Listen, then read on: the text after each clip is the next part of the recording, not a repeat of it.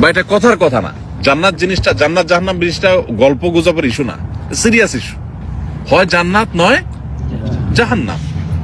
আমার সারা জীবন ব্যবসা বাণিজ্য হলো না, ক্যারিয়ার হলো না, চাকরি হলো না। আমি একটা কথা সবসময় বলি, প্রবাসীদের মজলিসগুলোতে বিশেষ করে প্রবাসীদেরকে একটা কথা কমন শুনতে হয়, সেটা হলো তোর পরে বিদেশ যায় এত হচ্ছে বেশি জমি জমা কিনছে কেমনে, তুই কি করলি? হ্যাঁ, একই কথা মায়ের, একই কথা বাপের, বন্ধু বান্ধবের, বউয়ের, সবার একই কথা।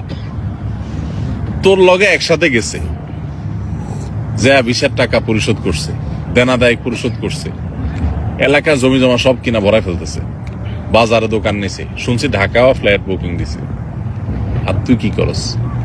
তোর সাথে একসাথে গেছে, প্রতি বছর একবার করে আসে, তুই 3 বছর আসতে পারস না, তোর টাকা হয় না, কি করলি তুই? এই কথাগুলো খুব বেশি শোনা লাগে না আপনাদের?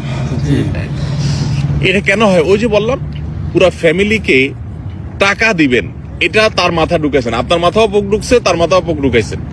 সেও মনে করে টাকা দিতে পারলেই ছেলে আমার সাকসেস, ছেলে আমার সততার পথে থাকতে পারলেই সাকসেস, এটা তার মাথায় ঢুকে নাই, আপনার মাথায়ও সেটা নাই। এই জন্য সেও সুখে নাই, আপনিও সুখে নেই, না সে সুখে আছে না আপনার সুখে আছে। তো এই জন্য ভাই, দৃষ্টিভঙ্গিটাকে বদলানোর চেষ্টা করি, আল্লাহ তাআলা আমাদেরকে সে তৌফিক দান করুন। আমরা এই প্রবাস জীবনে যতদিন থাকবো, আল্লাহর আদেশ নিষেধ মেনে পরিপূর্ণ এবং খাঁটি মুসলমান হওয়ার চেষ্টা করব। আমার জীবন চলে যাবে, ফজর নামাজ মিস হবে না জামাতের সাথে, রাতে আমি ওইভাবে শোবো, ওইভাবে ঘুমাবো, আমার ফেসবুক টিপাটিপি বা ইউটিউব টিপাটিপি করে গিয়ে আমার ফজর নষ্ট হতে দেবো না।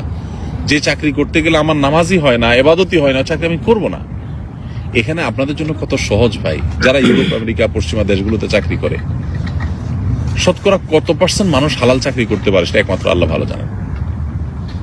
অফিসে ছেলে মেয়ে যে মিক্সিং যে পরিমাণ হয়, চাইলেও নিজেকে বাঁচাতে পারে না। মিউজিক ছাড়া মাথা ঘোরানোর কোনো জায়গা নাই, সব জায়গায় টয়লেটের ভিতরে মিউজিক, এমন অবস্থা।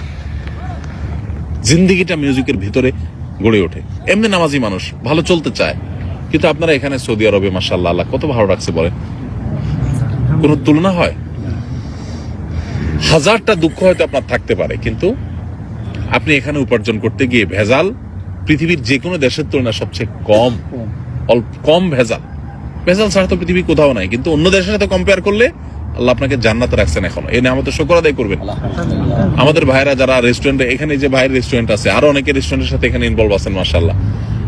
ইউরোপ আমেরিকাতে রেস্টুরেন্ট মানে কি? বার, মদের বোতল থাকতেই হবে, হ্যাঁ, হারাম থাকতেই হবে। তো আল্লাহ তাআলা তো আমাদেরকে সেফ রাখছেন, তাই না? এখন বাকিটুকু নামাজের ব্যাপারে গুরুত্ব আরোপ করা, হালাল হারাম মেনটেন করা, পরিবারের হক আদায় করা, কারোর হক নষ্ট না করা, আল্লাহকে ভয় করে চলা, বাস। পরিবারের সদস্য সবাইকে এভাবে গড়ে তুলতে পারি, দুনিয়াটা জান্নাত হয়ে যাবে ইনশাআল্লাহ। চেষ্টা করা যাবে না ইনশাআল্লাহ?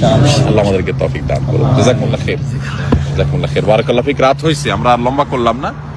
দৃষ্টিভঙ্গিটাকে পাল্টাই, টাকা নয়, ঈমান আমলই মানুষকে সুখী করে। ঠিক আছে না ইনশাআল্লাহ? জাযাকাল্লাহ। এটা পরিবারের সদস্যদেরকে বোঝাতে হবে। কিভাবে বোঝাবেন? আগে নিজের দিনটা বুঝেন। আপনি দিনটা বুঝলে তাদেরকে বোঝানো সহজ হবে। একটু কোরআনটা বুঝে পড়েন, হাদিসটা নবী সাল্লাল্লাহু আলাইহি ওয়াসাল্লাম বুঝে পড়েন। প্রত্যেকটা জিনিসের ক্ষেত্রে যদি এরকম বুঝে দিনটাকে মানতে পারেন, মুসলমান বাই চান্স না হয়ে মুসলমান বাই চয়েস যদি হতে পারেন, কোরআনটা একটু অর্থ সহকারে বুঝে পড়েন।